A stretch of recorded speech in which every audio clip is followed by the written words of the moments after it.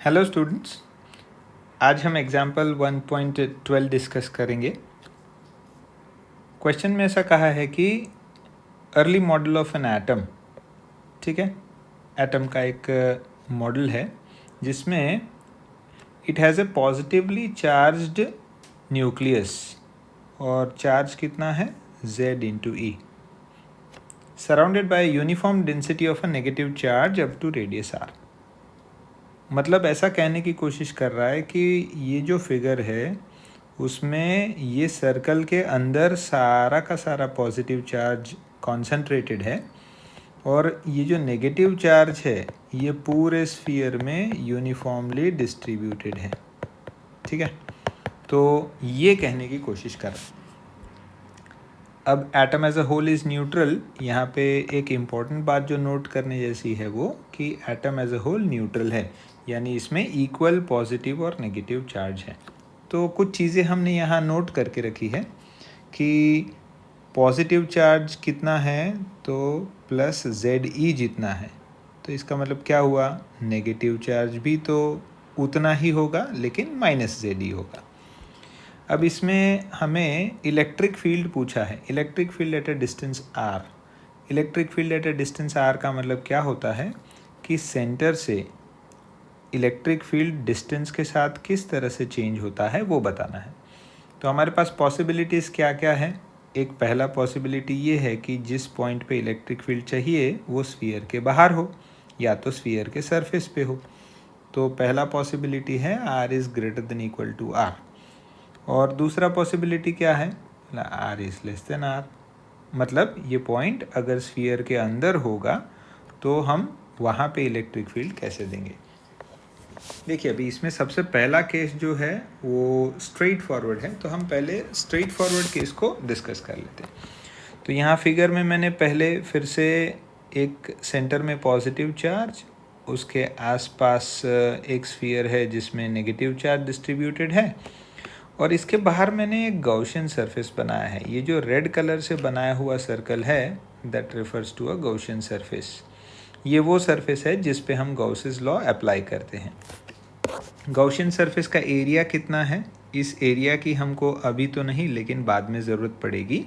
Area है 4πr², surface area of a sphere, है ना, ये स्फीयर का सरफेस एरिया है, ठीक है। चलिए अब charge enclosed by the Gaussian surface कितना होगा, total charge is positive charge plus negative charge. Positive और नेगेटिव चार्ज दोनों को ऐड करना पड़ेगा। पॉजिटिव चार्ज है प्लस ZE, नेगेटिव चार्ज है माइनस ZE। क्यों, क्योंकि एटम न्यूट्रल है। तो टोटल चार्ज जो गॉसियन सरफेस के अंदर है वो कितना हो जाएगा, 0, ठीक है। अब गॉसेस लॉ अगर हम याद करें तो गॉसेस लॉ का एक फॉर्मेट था flux is equal to E dot delta S और दूसरा फॉर्मेट था flux is equal to Q enclosed by epsilon. अब क्योंकि charge enclosed by the Gaussian surface ही 0 है तो फिर इलेक्ट्रिक फील्ड तो 0 होगा ही, ठीक है। तो ये हमने क्या किया, फॉर पॉइंट्स ऑन और आउटसाइड द एटम, ठीक है, इसके लिए हमने इलेक्ट्रिक फील्ड ढूंढा है। अब हमारे पास केस 2 क्या है, केस 2 कैसा है, केस 2 में पॉजिटिव चार्ज फिर वही जगह पे है, नेगेटिव चार्ज इस स्फीयर के अंदर है और गॉसियन सरफेस इस बार हमने अंदर बनाया है जिसका रेडियस जो है वो रेडियस ऑफ द स्फीयर से कम है, ठीक है। फिर से एरिया वगैरह same, area of Gaussian surface है तो it is 4π into small r²।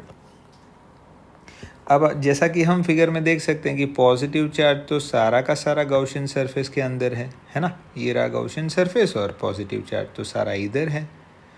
तो positive charge inside the Gaussian surface is plus ZE, लेकिन अगर आप इधर देखेंगे तो नेगेटिव चार्ज सिर्फ इतना ही गॉसियन सरफेस के अंदर है, बाकी का चार्ज तो बाहर रह जाता है। तो फिर हमें ये कैलकुलेट करना पड़ेगा ना कि ये गॉसियन सरफेस के अंदर कितना नेगेटिव चार्ज है। तो let us calculate, simple ratio proportion से हो जाएगा। यहाँ हमने चार्ज लिखा है और यहाँ हमने वॉल्यूम बताया। क्यों, क्योंकि चार्ज इस बार पूरे वॉल्यूम पे डिस्ट्रीब्यूटेड है। तो देखिए टोटल नेगेटिव चार्ज अगर मैं लूँ माइनस ZE तो वो 4/3 πr³ पूरे के पूरे स्फीयर में डिस्ट्रीब्यूटेड है। तो Q नेगेटिव मतलब एक्चुअल नेगेटिव चार्ज ये गॉसियन सरफेस के अंदर कितना होगा 4/3 पाई स्मॉल r क्यूब में। तो इसके लिए हम सिंपल क्रॉस मल्टीप्लिकेशन करेंगे, ठीक है।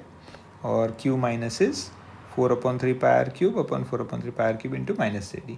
यहाँ पे ये 4/3 पाई कैंसिल हो जाएगा, तो हमारे पास बचा क्या r cube by r cube माने small r cube by capital R cube into minus ZE।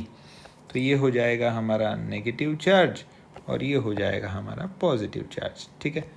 अब हमें नेट चार्ज मिल सकता है। तो देखिए 1 और 2 में से नेट चार्ज कितना हो जाता है, Q enclosed is Q positive plus Q negative ZE, और उसके साथ में ये नेगेटिव चार्ज जितना है वो दोनों को ऐड कर देते हैं। इसमें से हमने ZE कॉमन निकाला है, तो पहले में से 1 बचा और दूसरे में से r cube upon r cube बचा। तो ये हो गया Q enclosed by the Gaussian surface. अब गॉसेस लॉ के हिसाब से हमने क्या पढ़ा था, E dot d s is equal to Q by epsilon. अब देखिए मैंने जैसे बोला था ना कि एरिया जो है वो हमें यहाँ काम लगेगा, तो ये रहा E, ये रहा delta S that is 4 pi r squared. ये 1 बाय एप्सिलॉन को हमने ज़रा साइड में लिखा है, multiplied by what ever is the total charge, ठीक है। तो Q एनक्लोज्ड है ये 4 पाई r स्क्वायर्ड को अगर हम यहाँ डिनोमिनेटर में ले आए तो 4 पाई को एप्सिलॉन के साथ इकट्ठा कर दे तो 1/4 पाई एप्सिलॉन हो जाता है, और ये r स्क्वायर्ड हमने ZE के नीचे लिया है। इस r स्क्वायर्ड को ब्रैकेट में मल्टीप्लाई करने पे पहले में 1/r स्क्वायर मिलेगा और दूसरे में ये जो r स्क्वायर्ड है ना, ये एक r क्यूब और r स्क्वायर्ड कैंसिल हो जाएगा, तो it should basically become 1/4 pi epsilon into ZE 1/r squared minus r/r cube, ठीक है। ये हमारे पास बचा। तो ये हो गया electric field for points inside the sphere.